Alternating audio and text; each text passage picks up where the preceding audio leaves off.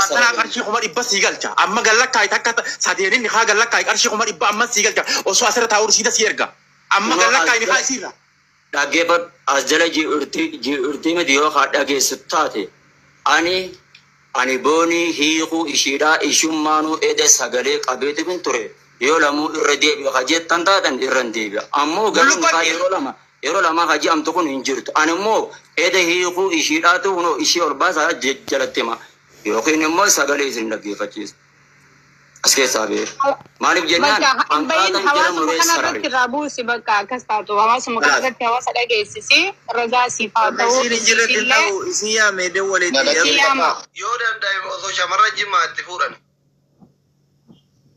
cigii qabdi tabira amma Harargee fi Arsiin hin taatu sheeyiticha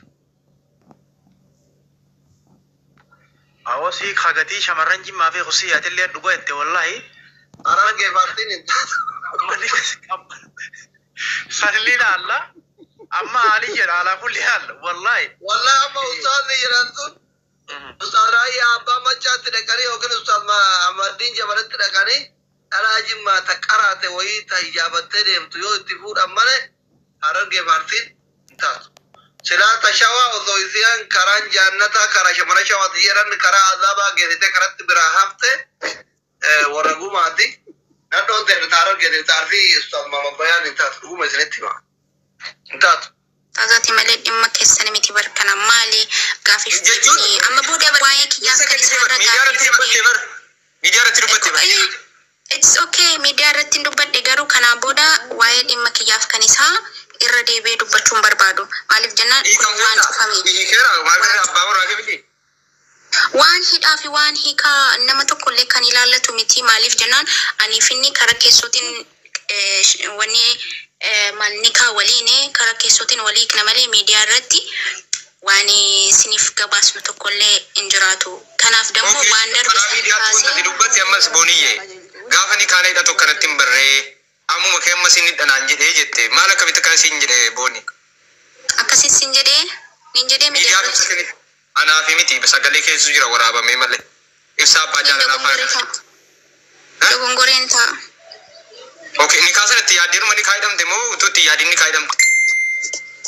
Mana injo beri era ada bernafi nat ni dagat ya mah. Jujur aku ti yadir tu tak kami kanan dagat tu ber. Namni guya ni kasan guya iru main dagat tu namnu muri sadu lupa kesa yu guya kat iru main dagat tu ber. Baate kutte. Ya ram. Amma le sibar warna. Zubaayega satte boonin kana si deebiste otoo baate iyyuu rakkoon qabu waa'ee kee naan deebifne ammallee bar waa'ee kee deebiftee illee baatu ko waa'ee kee naan deebifne ammallee bar waa'ee seena waa'ee kee hin deebifne bar akka waan si waliin jirtuuti akka waan dudduuba jirtuuti dubbataa jirti bar akka waan si wajjin jirtuuti kun iyyuu banuu nuun taane bar nagaagaa fattullee hin beekun ture kanaafuu isinillee hin beektiif hin beektuu koo qofa asirratti himtu namoonni na arrabsuu barbaadan qofti na arrabsanii kayrii jara irraa na argatan wallahi ani nu deebisime isidum booni oodila jiraatti ergadhuuti ol bahiiti narraa buusii waan kana dhugaa dubbachuuf yaani wamti maatiin koo arrafamanuuf hin jiru wamti namni maatii koo xiqqeessuuf hin jiru atis hin beekta waan kana keessa akkan quba hin qabne qofa ummataaf ibsinsiin jedha ammallee akka hiriyaattis akka ilaa akkana jedhe bar naayiki naan jettee jedhe isiinis immoo naayiki jedheenii jette waliin irraan hin jenne kaa inni siikeeran jenne isiinis naayikeeran jenne naayikin jedheenii innis immoo naayik yo ani takka ani hatta suuraa bochaa takka gaafa ummanni Yaman keessatti suuraa takka bochaa takka jira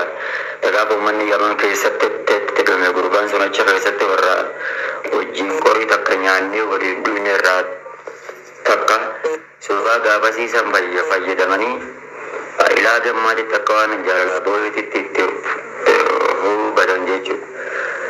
Suuraan yoo hundi ishiidhaa sun hundi ishii takka taniin dhala abboo hin qabu. Hundi ishiidhaa tanuma gaafa ijoolleen Saudi Arabiyaatti dhumte tanan gaafa sagalee ta'ee fi sanfaadha malee kan jaalalaatiin miti jechuudha arbaadeef takkasan.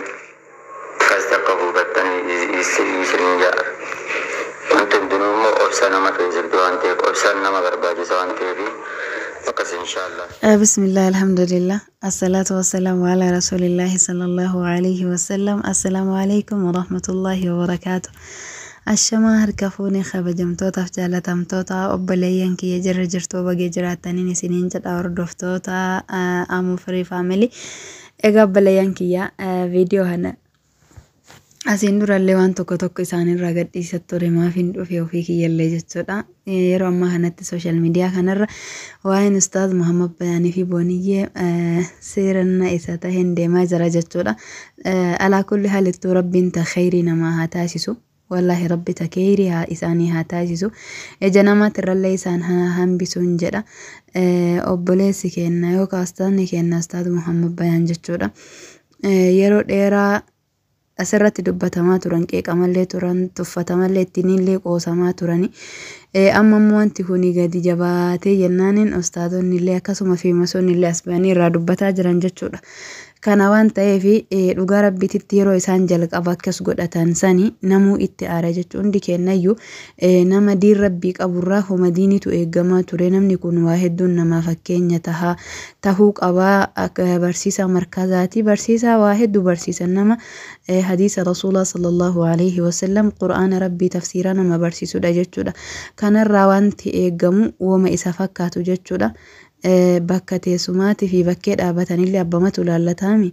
Kana waan ta'eef namni hundinuu yeroo sanitti jechuudha durallee isaan qeeqaa turan jechuudha.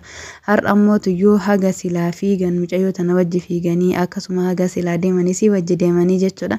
Haga booyaniifillee booyanii fi haga silaa namni namaaf arrabsamu tokko arrabsamaniifillee irrattillee sabaranii isiin karaa walakkatti isii gattee jennaani namuu dammaqqiidhaan isaanii dubbataa jira jechuudha.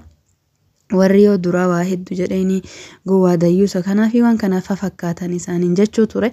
Har'a faana isaanii wanti dhaabbataniif woma hojjetame kanatu nama gaddisiisa. Dhugaa hedduu nama gaddisiisa. Maaliif jennaani namni nama tokko jaalatuun waanuma duraan jiru.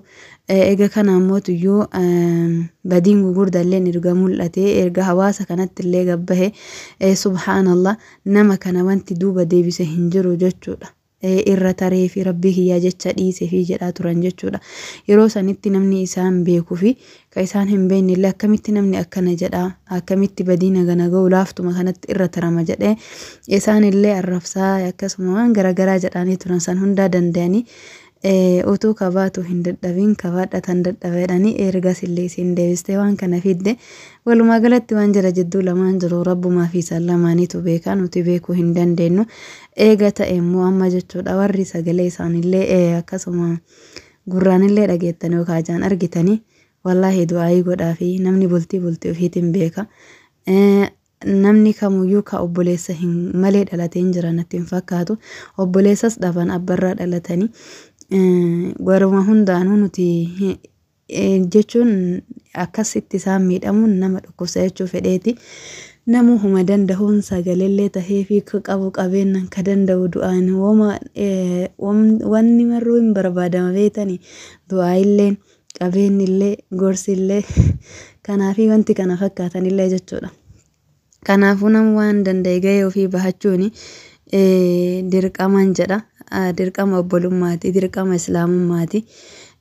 Kana waan ta'eef rabbiin bultii isaanii tana bultii nagaa ta'itti fuuna jedhanii dubbataa jiran tana bultii nagaa isaanii haa taasisuu irratti jechuudha. Haga hamileen isaanii cabte kana hamileen isaanii kaatu rabbiin isaanii haa taasisu.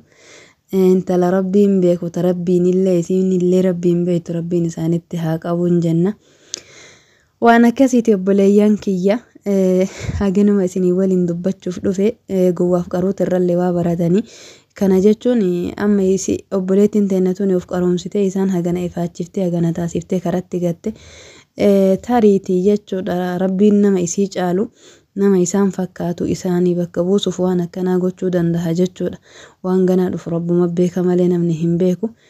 Kana waan ta'eef obboleeyyan keenya warra ganaa waltitti seenaa jirtan rabbiin isin haa tiisu. Nama isin jaalatetti warra gafuu rabbi isin hin taasisinii ka ijaarate rabbii warra walii keessan tokko haa taasisu, walii keessan afaan keessan tokko haa taasisu. walii isin haa urgeessuun isiniin jedha. Akkasii obboleeyyan kiyyaa viidiyoon guyyaa har'aatiif qabadhee dhufe kana fakkaataa. Haga viidiyoo biraatii walitti deebinu tika rabbii keessa naa tura. Wanni balleesse yoo jiraate afwannaa jedha. Assalaamu alaikum. Qalbiin akkas hin cabne yoo feete ilma namaatirraa galatan eegina.